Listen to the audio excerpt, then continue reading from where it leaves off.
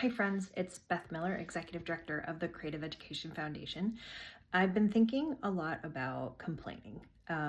Complaining is something I have made a practice of not doing over the last few months. I think there's a lot of things that we need to speak up about, and don't confuse that. I think that's different.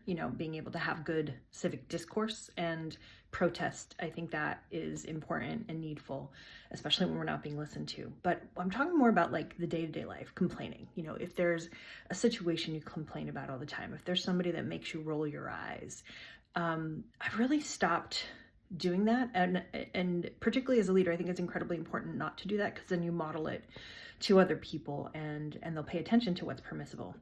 Part of the reason I don't want to complain anymore is because I want to really make sure that the spaces in which I'm leading are safe for people, and I want to make sure we preserve that for other people. And it can seem harmless to be like, oh, how so-and-so is. But it can get really toxic really easily, and complaining can become gossip, which is incredibly, incredibly toxic. So I want you to think about how this applies to the creative mindset and creative thinking. So if you are thinking about what is, right? So when we're complaining about what's in the moment. Then we can't be in our creative mindset. We can't think about what might be, because we're stuck in what is, and we're generally stuck in a place of grievance. You're not going to get creative there. You're probably just going to get yourself more and more kind of jacked up. The other thing is that you can't get into flow, creative flow, new idea making, if you're, in that kind of repetitive complaining, particularly like if you complain about the same situation or the same person over and over and over again, and don't address it. You're never going to get to flow. You're just going to be in that kind of cycle. So that's really important to consider as well.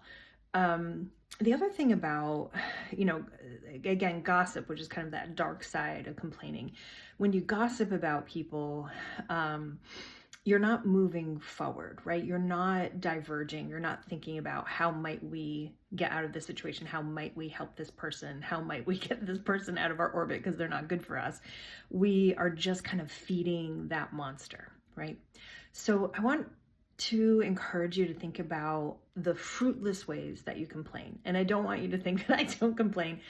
Situations come up for me, and I generally will call my very good friend or go talk to my husband and kind of have that one moment of venting. But that's kind of it. Like, I don't ruminate in it. And I usually kind of vent in a way, just to kind of purge that kind of flush of emotion that I'm having. And by doing that, I allow myself to say, oh, this feels yucky, or that pissed me off, or whatever. But I really quickly can get to letting that go and moving forward. The other thing that's important about complaining is when you start really working on this, it kind of doesn't matter if people are intentionally trying to harm you or accidentally harm you.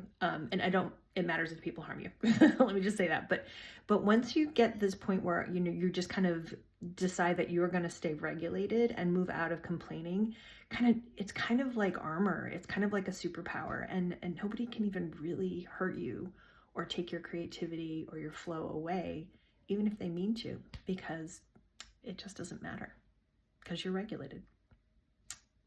Good luck. Go be creative. Don't complain.